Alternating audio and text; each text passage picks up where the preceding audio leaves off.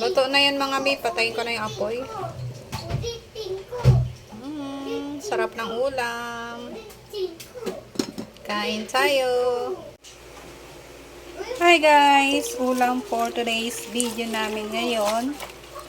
Dahon-dahon. Halokbate.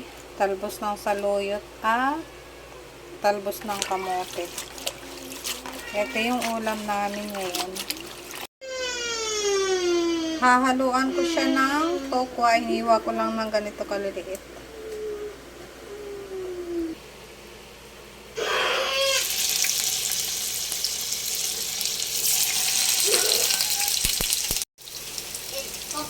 Matalsik mga mi. Nananakit yung tokwa.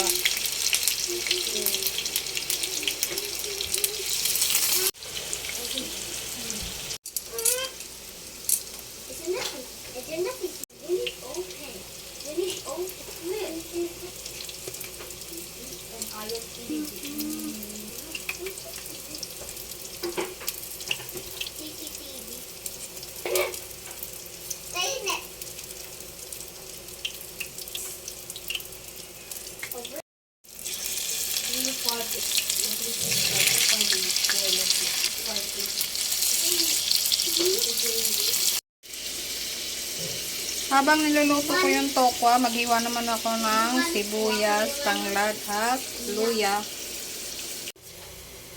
Luto na yung tokwa. Pakulo naman ako ng water.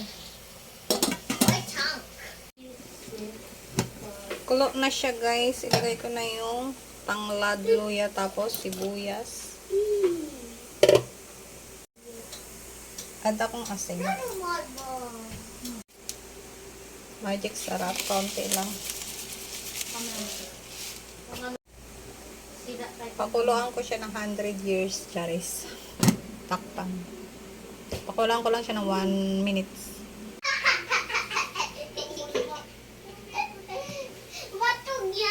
Yan na guys, naamoy ko na yung mga aroma ng aking nilagay na panangkap. Ayun, no? Tagalog na Tagalog tayo for today's video. Ilalagay ko na yung talbos.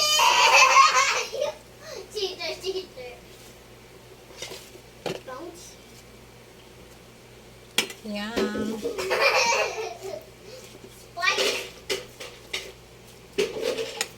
Siyempre, tikeman ito mamaya. Pag kumulo uli yung dahon-dahon, kung need pa ba natin mag-adjust ng pampalasa. At ilalagay ko na yung tokwa.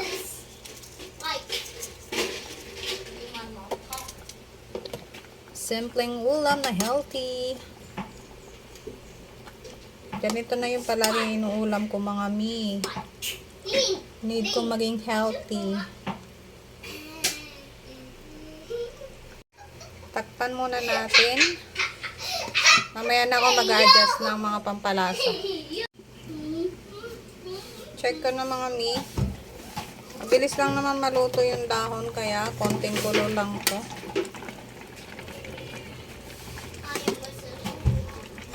Siyempre, tikiman time.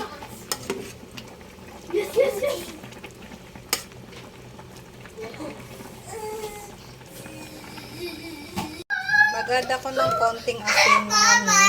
Konti lang.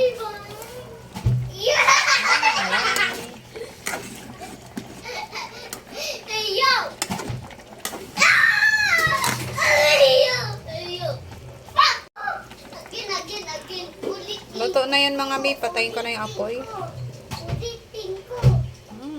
Sarap ng ulam. Kain tayo. Eto na yung ulam ko mga mi. At konting kanin. Kain tayo.